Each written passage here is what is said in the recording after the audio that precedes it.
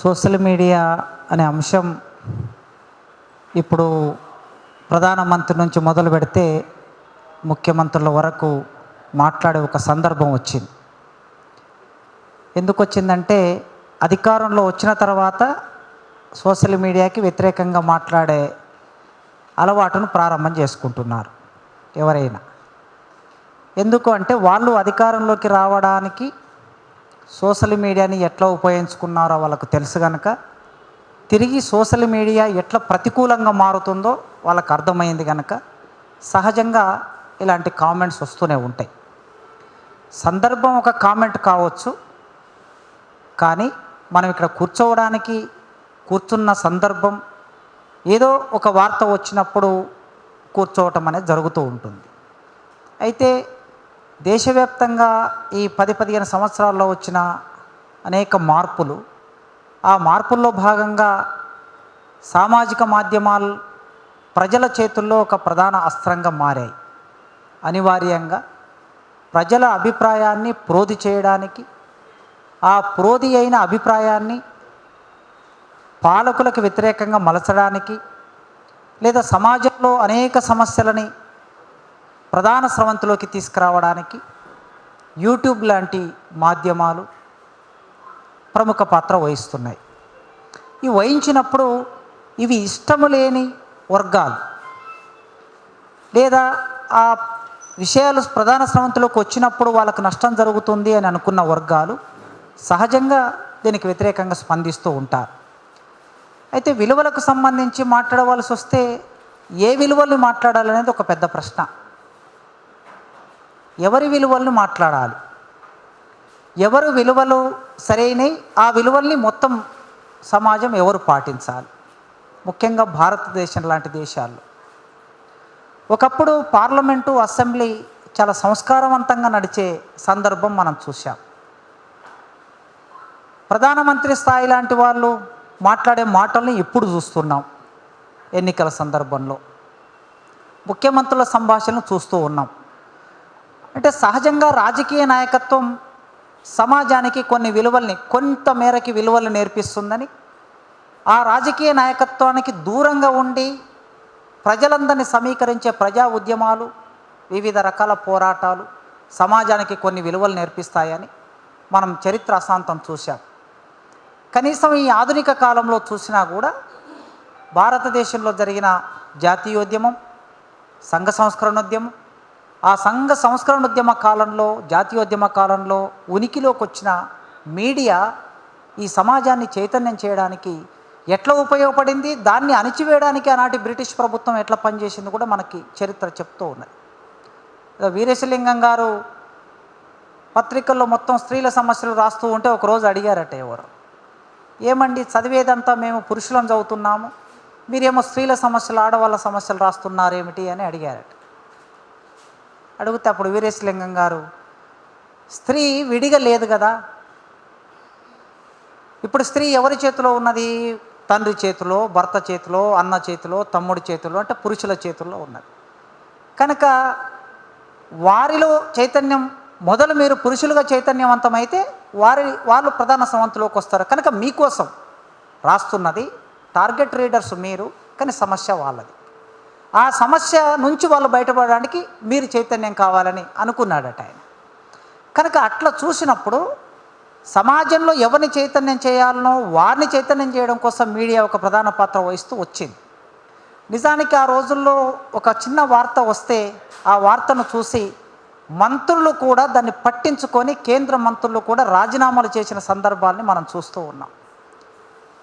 ఇవాళ మీడియాలో ఎన్ని వార్తలు వచ్చినా కనీసం ఒక ఎమ్మెల్యే, ఒక అధికారి స్పందిస్తున్నాడా అనేది ఒక పెద్ద ప్రశ్న. అంటే ఈ సమాజమే మొద్దుబారిపోయి ఉన్నది. మొద్దుబారిపోయి ఉన్న సమాజంలో విలువల గురించి సోషల్ మీడియాకి ఒక విలువ, ప్రధాన స్రవంతి మీడియాకి ఒక విలువ, ఇంకో మీడియాకి ఒక విలువ అని మాట్లాడే సందర్భం ముందుకొచ్చింది. అందుకే రాజకీయ నాయకులు చట్టబద్ధంగా, రాజ్యాంగబద్ధంగా సమాజంలో ఏ విలువలైతే ఉంటే సమాజం బాగుంటుందో ఆ విలువల ప్రకారం రాజకీయ నాయకులు వ్యవహరిస్తే ఖచ్చితంగా సమాజంలో అందరూ అదే పద్ధతిలో నడుస్తారు. వాటిని వదిలేశారు ఎప్పుడో మీరు. వదిలేశారు కనుక ఇప్పుడు గొంగట్లో అన్నం పెట్టుకొని వెంట్రుకలు ఏరేసే కార్యక్రమం మనం మొదలుపెట్టాం. మారవలసింది గొంగడి. గొంగడి మార్చకుండా ఇంకెంత మాట్లాడినా మళ్ళీ అక్కడికే వస్తుంది చర్చ. కనుక సోషల్ మీడియాలో పనిచేస్తున్న వాళ్ళు, సోషల్ మీడియా పెట్టుకున్న వాళ్ళు ఎవరైనా సరే సమాజంలో భాగమే, సమాజానికి దూరమైన మనుషులు కాదు. సమాజంలో భాగమైనప్పుడు ఆ సమాజంలో ఉండే అన్య వర్గ లేదా ఇతరేతర భావాలు, ధోరణులు అన్నీ ఖచ్చితంగా దాంట్లో రిఫ్లెక్ట్ అవుతూ ఉంటాయి. అట్లా రిఫ్లెక్ట్ అవుతున్నాయి, కొన్ని చూస్తున్నాం మనం. వాటికి ఎవరికి వాళ్ళు నియంత్రణ, ఒక సామాజిక నియంత్రణ మనకు మనం రూపొందించుకోవటం అనేది ఒకవైపు చేయాలి. సేమ్ టైం చట్టబద్ధమైన ప్రభుత్వం ఉన్నప్పుడు ప్రభుత్వం కూడా ఇది మంచి ఇది చెడు అనుకున్నప్పుడు, ఇప్పుడు శ్రీధర్ సార్ లాంటి వాళ్ళు ఉన్నారు, ఒక కమిటీ వేయండి, వేసి యూట్యూబ్ రూపొందించిన నియమ నిబంధనలే కాకుండా ప్రభుత్వాలు, ఒక రాష్ట్ర ప్రభుత్వానికి ఒక నియమ నిబంధనలు ఉండవలసిన అవసరం ఉన్నది కదా, దానికోసం ఒక ఏర్పాటు చేసి రూపొందించండి. రూపొందిస్తే ఎవరు ఆ పరిధిలోకి వస్తారు, ఎవరు రారు అనేది అప్పుడు తేల్చుకోవచ్చు. కనుక సోషల్ మీడియా ఉండటం మూలంగా ప్రజలందరి చేతిలో సెల్ ఫోన్ ఉన్నది. ఈ సెల్ ఫోన్ ఉన్న వాళ్ళందరూ కూడా అత్యంత వెనుకబడిన సమాజం. ఈ వెనుకబడిన సమాజానికి ఆర్థికంగా, రాజకీయంగా, సామాజికంగా వెనుకబడిన వాళ్ళు కనుక వాళ్లకు సంబంధించిన భావాలన్నీ ప్రధాన స్రవంతి మీడియాలో రానప్పుడు సహజంగా సోషల్ మీడియాని ఆశ్రయిస్తారు. ఎంతమంది ప్రముఖులు అయ్యారు సోషల్ మీడియా వలన? సాధారణ మనుషులు, మామూలు మనుషులు అసాధారణ మనుషులుగా మారారు సమాజంలో. ఎందుకు? ఈ ప్రధాన స్రవంతి మీడియా మరి వారి చుట్టూ తిరిగిందా? ఇంతకుముందు ఎవరు అన్నారు, పెట్టుబడికి కట్టుకథకు పుట్టిన విషపుత్రికలు పత్రికలని శ్రీశ్రీ ఏదో సందర్భంలో రాశాడు. ఆయన దగ్గరికి వచ్చి, సార్ మీరు విన్నారా ఈ వార్త అన్నారట. ఏమిటి అంటే, కృష్ణశాస్త్రి గారు చనిపోయారు అన్నారట. అంటే శ్రీశ్రీ గారు వెంటనే సరే ఆయనకుండే ఆ రిధం వలన, భాష మీద ఉన్న పట్టు వలన అద్దం బద్దలయ్యింది, రోదసి రోధించింది, శల్లి మళ్ళీ మరణించాడు అని దాన్ని కంటిన్యూగా, అయినా మీరు ఏం చెప్తారో పత్రికల వాళ్ళు, పెట్టుబడికి కట్టుకథకు పుట్టిన విషపుత్రికలు పత్రికలు గనక పెట్టుబడి లేని చోట పత్రికలు లేని ఒకానొక స్థితి మనకి 1950ల తర్వాత వచ్చింది. ఎవరు పెట్టుబడి పెడితే వాళ్ళకు అనుకూలంగా వార్తల్ని మలచటం. మరి పెట్టుబడి పెట్టలేని వాళ్ళ పరిస్థితి ఏమిటి అన్నప్పుడు ఇదో సోషల్ మీడియా. 1000 కోట్ల పెట్టుబడి పెట్టలేని వాళ్ళ ఆయుధం సోషల్ మీడియా, సాధనం సోషల్ మీడియా. అందుకోసమే ఇవాళ కరపత్రాలుగా మారిపోయాయి పత్రికలైతే. టీవీలైతే ముఖ్యమంత్రి, ప్రధానమంత్రి మౌత్ పీసులుగా మారిపోయాయి. మరి మారిపోయినప్పుడు ప్రజాస్వామ్యాన్ని రక్షించేది ఎవరు? ప్రజాస్వామ్యం అంటూ బతికుండాలి కదా, రాజ్యాంగం అంటూ బతికుండాలి కదా. ఇది బతికుండాలంటే సహజంగా మనందరి భావాలే మనం వ్యక్తం చేయాలనుకుంటున్నాం. సమాజంలో బుద్ధిజీవులుగా, చదువుకున్న వాళ్ళుగా ఇంత చైతన్యం వచ్చింది. మన కళ్ళ ముందు జరుగుతున్న అన్యాయాన్ని చూసి ఊరుకోలేక ఏదో పద్ధతిలో ఓ వ్యాసం రాయాలనుకుంటాం, ఒక మాట చెప్పాలనుకుంటాం. కానీ చెప్పాలనుకుంటే ఈ ప్రధాన స్రవంతి మీడియా అవకాశం ఇవ్వటం లేదు. మరి అవకాశం ఇవ్వనప్పుడు ఏ రూపంలో చెప్పాలి? ఇప్పుడు విటలైనా నేనైనా ఎక్కడ మాట్లాడాలి మేము? ఈ ప్రధాన స్రవంతి మీడియా ఇద్దరిని కూర్చోబెట్టి అతన్ని ఈయన తిడతాడు, ఇతన్ని ఆయన తిడతాడు. ఇదే కానీ వాళ్ళ అరుపుల మధ్యన అసలుకు సారాంశం ఏమన్నా మనకు ఎప్పుడైనా వినిపిస్తుందా, ఏమైనా అర్థమవుతుందా? ఇద్దరు మనుషులు గొడవ పడుతూ ఉంటే సారాంశం అర్థం కాకుండా రేటింగ్ పెంచుకోవడం కోసం కేవలం గొడవ పెట్టే వాళ్ళను మాత్రమే, ఇక్కడ ఉన్న వాళ్ళు కూడా చాలామంది మీరు ప్రధాన స్రవంతి మీడియాలో పనిచేసి వచ్చారు. నిజంగా నాలెడ్జ్ ఉన్న వాళ్ళని ఎవరైనా ఆ విషయంలో పిలుస్తారా? కన్సర్న్డ్ ఏరియాలో నాలెడ్జ్ ఉన్న వాళ్ళని, మీకు తెలుసు కదా, మీ బ్యూరో చీఫ్లు, తర్వాత మీ ఎండీలు లేదా ఆ కార్యక్రమాన్ని నిర్వహించేటటువంటి ఇన్ఛార్జ్ ఎవరో ఉంటారు కదా, పిలుస్తారా? పిలువరు. కొట్లాడుకునే వాళ్ళని పిలుస్తారు.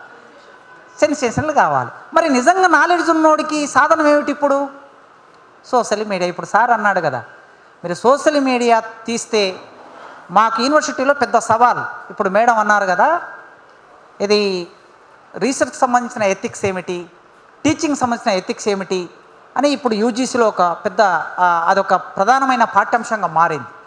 ఈ ఎథిక్స్లోకి వెళ్ళి చూస్తే ఒక టీచర్ క్లాస్ రూమ్లో పాఠం చెప్తే ఈ టీచర్ మామూలు టీచర్ అయితే ఇప్పుడు క్లాస్ రూమ్లో నిలబడే పరిస్థితి లేదు.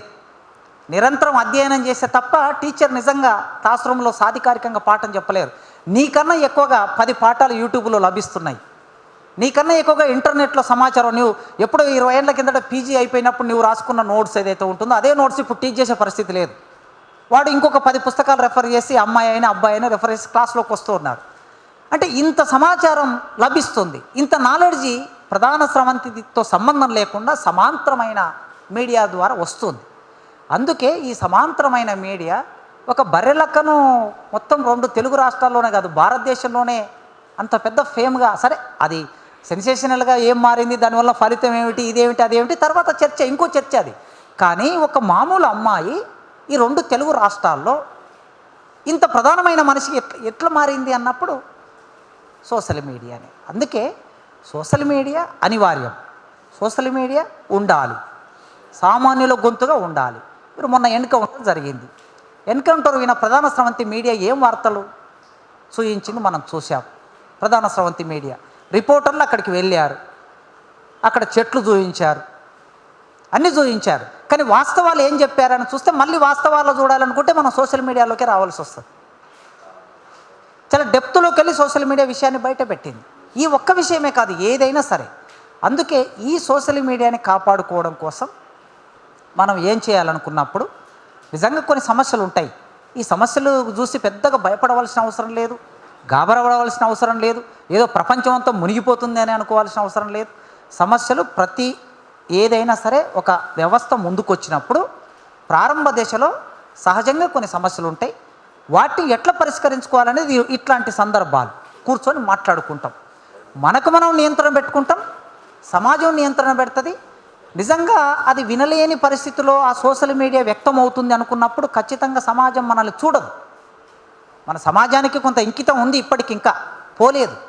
అందుకే ఒక మేడం చెప్పినట్లు నిర్మాణం కాకపోతే ప్రాథమిక స్థాయిలోనే అదవుతాం కనుక ఒక నిర్మాణం కావాలి.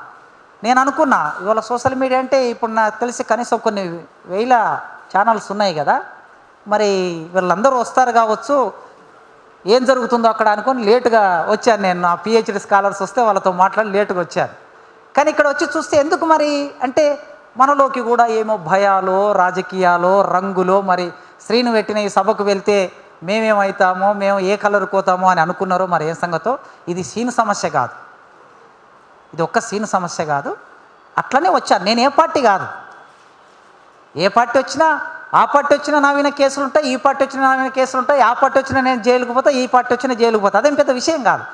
నా అభిప్రాయం ఏమిటంటే సోషల్ మీడియాని ఖచ్చితంగా కాపాడుకోవాలి. కాపాడుకోవడానికి పరిమితులు విధిస్తారు. పార్లమెంట్లో దీని మీద చర్చ జరిగింది, పార్టీలు దీని మీద చర్చ చేశాయి.